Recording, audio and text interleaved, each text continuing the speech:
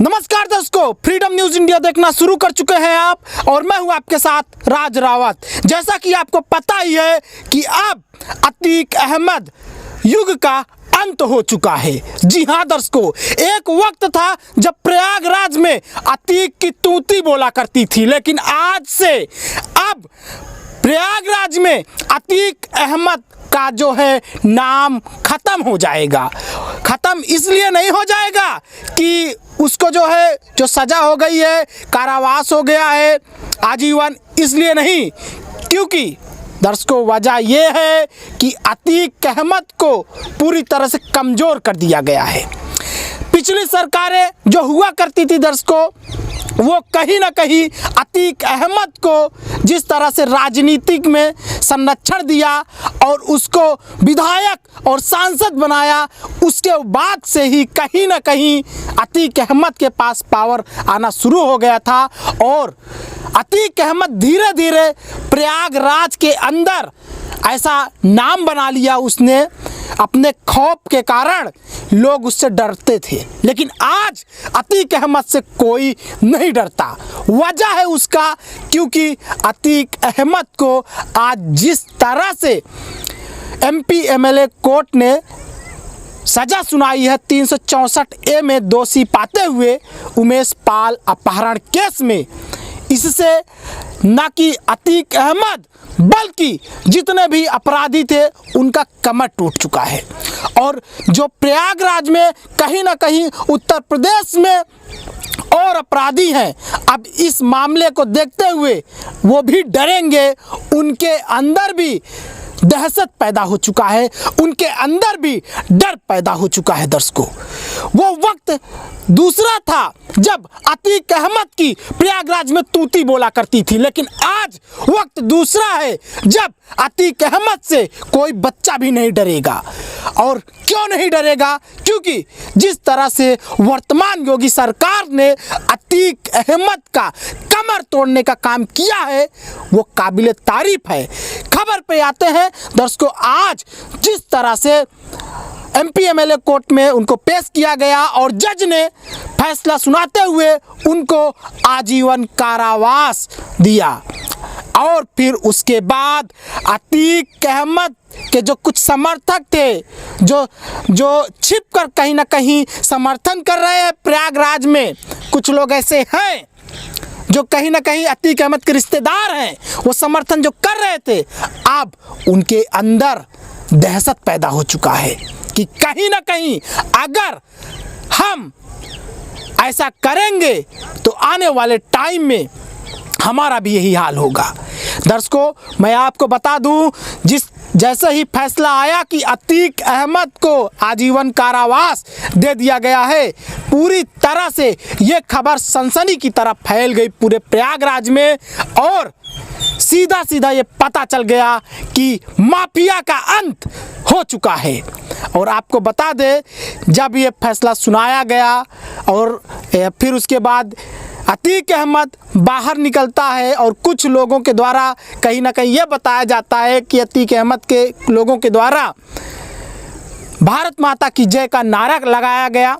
और आपको ये भी बता दें, अतीक अहमद का जो भाई है अशरफ, बताया यह जा रहा था कि अशरफ भी कुछ मामले में दोषी है, लेकिन अशरफ के खिलाफ कोई भी सबूत न मिलने के कारण अशरफ को कोई भी सजा भी नहीं दिया गया है, कोई भी इनके खिलाफ फैसला भी नहीं आया है।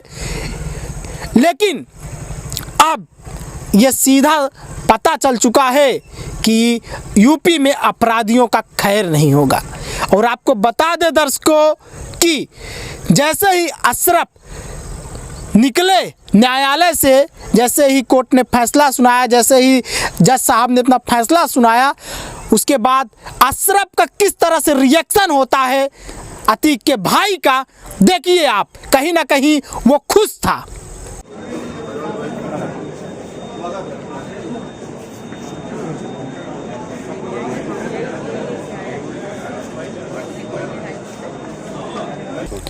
तो देखा आपने कि किस तरह से अशरफ बाहर निकलता है और कहीं ना कहीं उसके चेहरे पर थोड़ा खुशी ज़रूर दिख रहा था कि उसके खिलाफ कोई भी सबूत ना मिलने के कारण उसे अभी तक कोई सज़ा नहीं सुनाया है कोर्ट ने, न्यायालय ने।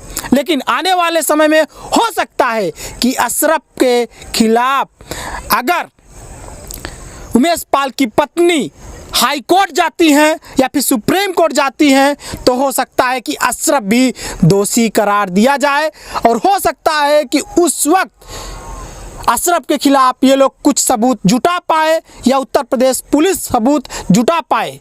और आपको बता दें दर्शकों, ये फैसला आने के बाद अतीक अहमद को कहीं ना कहीं आजीवन कारावास और अतीक अहमद के कुछ गुर्गों को, जैसे कुछ लोग और हैं, उनको भी कारावास हुआ। तो उमेश पाल की पत्नी ने इस पर क्या प्रतिक्रिया दिया, उमेश पाल की पत्नी ने क्या कहा, क्योंकि उमेश पाल की पत्नी काफ़ी मायूस हैं, काफ़ी दुखी हैं, क्योंकि किसी के पति का दिन दहाड़े इस तरह से हत्या किया गया था। तो उन्होंने इस मामले पर क्या प्रतिक्रिया दिया है, अतीक अहमद मामले पर जिस तरह से उनको ये सज़ा सुनाई गई, आप खुद देखिए, खुद सुनिए। क्या उम्मीद है आज कोर्ट से, क्या उम्मीद कर रही हैं? मैं कोर्ट से यही उम्मीद करती हूँ भैया कि उन्हें फांसी की सजा दिलाई जाए, नहीं तो फिर वो अगर जिंदा भी बचे तो शायद हम लोग न बच पाए, अगली बारी हम लोग की ना हो, ऐसा ना होने पाए। न्याय महोदय ने जो है फांसी की सजा जरूर सुनाए। इसके अलावा मैम अभी भी जो शूटर्स हैं जिन्होंने मारा है, अभी तक सभी गिरफ्तार नहीं है। मैंने कहा ना कि जब तक जड़ नहीं खत्म होगा तब तक कुछ नहीं हो पाएगा। ये जब खत्म होगा तभी जो है खत्म होगा सारा, ये आतंक जो है खत्म होगा तभी। किस तरह की सजा की डिमांड कर रहे हैं? मैं फांसी की सजा या इनकाउंटर होने का, लेकिन फांसी जो है न्याय महोदय इनकाउंटर तो नहीं कर सकते, लेकिन हाँ मैं चाहती हूँ कि फांसी की सजा जरूर हो उनको। परिवार कहीं ना कहीं डर के साए में रह रहा है? बिल्कुल है, डर के साए में ही तो जी रहा है, तभी तो मैंने कहा कि मैं न्यायालय नहीं जा सकती। अगर न्यायालय जाऊंगी कल को हो सकता है मैं जाने के बाद वहाँ मेरी हत्या हो जाए, ये हो सकता है घटना। इसलिए मैं यहीं से ही सब कुछ देखूंगी। मेरे वकील, मैं न्यायालय महोदय से भी यही चीज मांग करूंगी बस। तो आपने सुना कि उमेश पाल की पत्नी क्या बोल रही है। उनका कहना यह है कि कम से कम इसको फांसी की सज़ा होनी चाहिए। उन्होंने ये कहा कि इनकाउंटर तो मैं नहीं बोल सकती, लेकिन इनको फांसी की सज़ा ज़रूर होना चाहिए, क्योंकि अगर ये जब तक जिंदा रहेगा तब तक कहीं ना कहीं हमारे लिए खतरा रहेगा, उमेश पाल की पत्नी ने यह कहा। लेकिन दर्शकों, न्यायालय जो फैसला सुनाती है वो उचित होता है। हम आपको बता दें दर्शकों कि उमेश पाल की पत्नी कह रही हैं कि हमें आज भी डर सता रहा है, इसी वजह से मैं न्यायालय नहीं जाती, इसी वजह से मैं कोर्ट नहीं जाती। उनका कहना यह है कि कहीं ना कहीं अतीक अहमद जब तक जिंदा रहा तब तक हमारे लिए खतरा यूं ही बना रहेगा।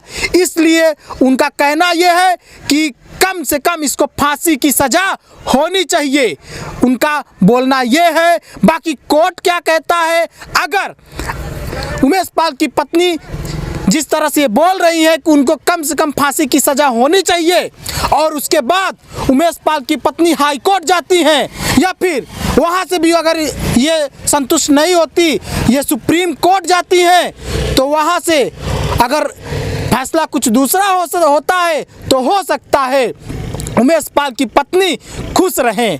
हो सकता है उमेश पाल की पत्नी हाई कोर्ट से या फिर सुप्रीम कोर्ट से इनको संतुष्टि मिले।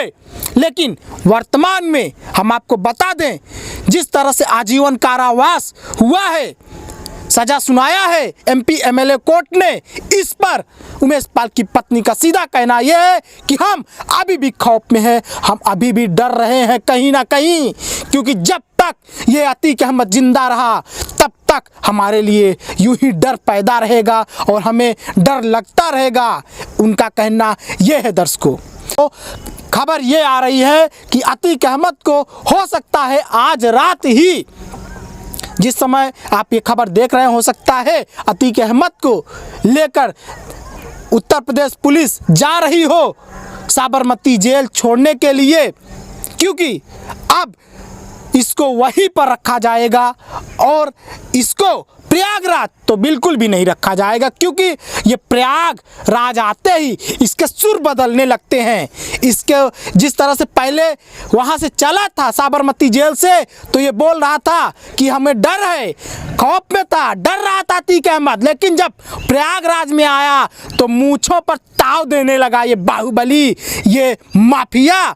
और फिर उसके बाद जब इससे मीडिया वाले पूछते हैं कि आपको कोई डर है, तो क्या बोलता है, देखिए।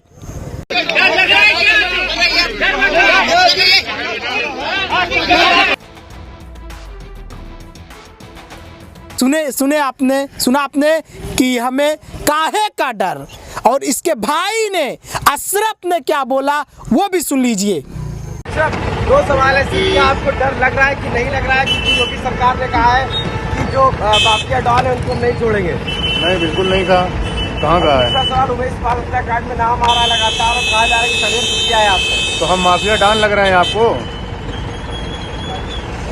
अतीक अहमद आपके भाई को भी वहाँ से लाया गया है। किसने कहा कि वो माफिया डॉन है? ये आप लोगों का दिया हुआ टाइटल है। वो 5 बार के विधायक हैं, सांसद हैं, मैं विधायक रह चुका हूँ।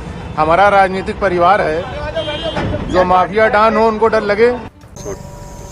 तो सुना आपने अशरफ ने क्या कहा था, लेकिन अशरफ को कहीं ना कहीं राहत तो जरूर मिली है, क्योंकि अशरफ के खिलाफ कोई भी सबूत न मिलने के कारण अशरफ को अभी तक कोई भी सजा नहीं सुनाया गया है। आने वाले समय में क्या होता है, क्या अपडेट निकल कर आता है माफिया का, हम आप तक पहुंचाते रहेंगे। हमारी कवरेज, हमारी पैनी नज़र अतीक अहमद के ऊपर बनी रहेगी, माफिया के ऊपर बनी रहेगी। आप बने रहिए फ्रीडम न्यूज़ इंडिया के साथ, और इस खबर को हो सके तो और लोगों को भेजिए ताकि वो भी इस खबर से रूबरू हों। बहुत बहुत धन्यवाद।